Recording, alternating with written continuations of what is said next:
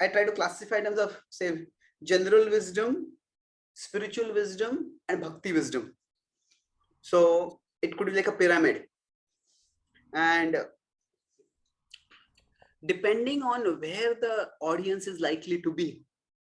So if we just give bhakti wisdom only, so bhakti wisdom means, say, how to improve our chanting, or how to regularly read Srila Prabhupada's books. This is bhakti wisdom. But so if we are talking about how to read Srila Prabhupada's books to somebody who thinks that, this whole body of scripture is just a mythology, and then somebody has written a commentary on the mythology, and you are thinking about how to regularly read that commentary on a mythology, it just seems so self-referentially irrelevant for people. So in that sense, if we consider that this wisdom is basically, how can I live more meaningfully?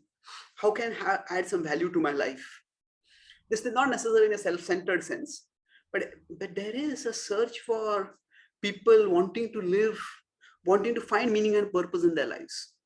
And especially in the post-pandemic time, this has become all the more, where there is the phenomena called the Great Resignation and other things, where people don't want to go to jobs which 9 to 5, which as they say, suck their souls. They want to, even if they don't earn so much, they want to do something which is meaningful for them. So in one sense, to present the bhakti wisdom present the wisdom of our tradition in a way that is relevant for people. That is something which is relevant. That means, what are people looking for right now? We can say ultimately they are looking for Krishna, but initially they're not looking for Krishna. So they are looking for something which is which will address their immediate needs. And for me, the best example of this is the Dhruv Maharaj pastime in the Bhagavatam. That how three things happen in the Dhruv Maharaj pastime. First is that we could say that Dhruv Maharaj has just got insulted, which is the Bhagavad Gita says, be equipoism is honor and dishonor. And how much ego? The small 5-year-old child, he has such a big ego. What kind of egomaniac is this person? This person is doomed. But Narad Muni says, there's a verse in the Bhagavatam where he says that Mana Bhangam Amrushyatam. Aho Kshatriya Tejasam Mana Bhangam Amrushyatam. How wonderful is the Kshatriyas that they cannot tolerate dishonor. So rather than just dismissing him for being egoistic, he appreciates that he has the courage to do something which very few people can do, leave home and search for something. So I think that basic point, before we can have relevance, or as a part of being relevant, we need to appreciate what is good in the audience.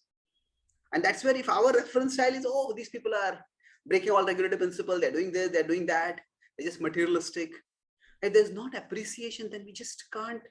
Then even if we try to speak on a topic that is relevant, it will come off as very manipulative. So that was Srila Prabhupada's strength. Prabhupada genuinely cared for people.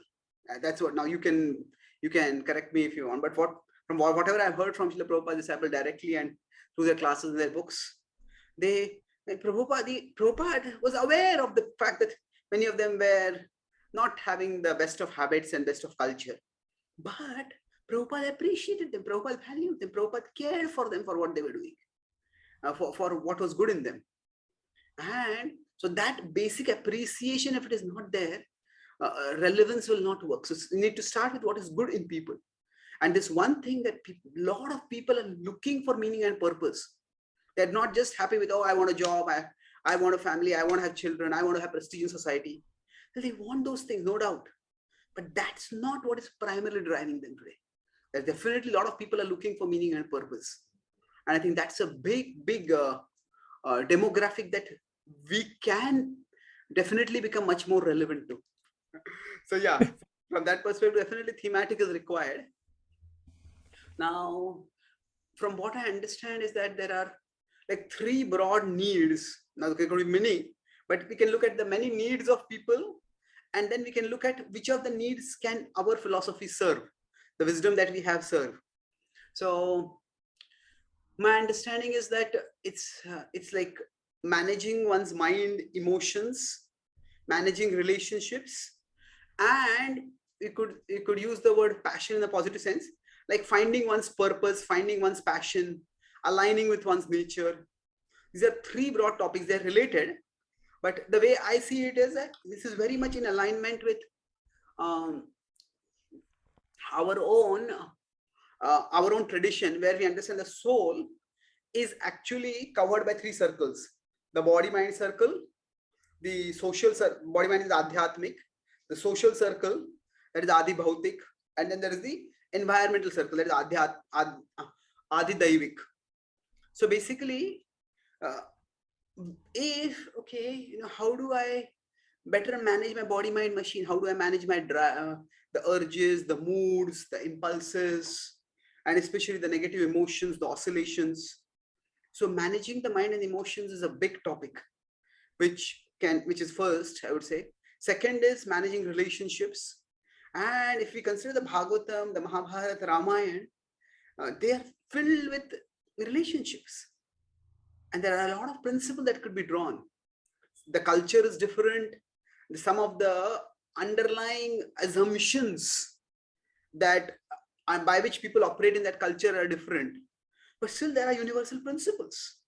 Now, when people watch remakes of Shakespeare's plays or Jane Austen's novels, they understand that it's from a different culture, but still the principles of relating with human beings are universal. So the relationships is another, and the third is, okay, the world is such a confusing place. What am I meant to do in this world?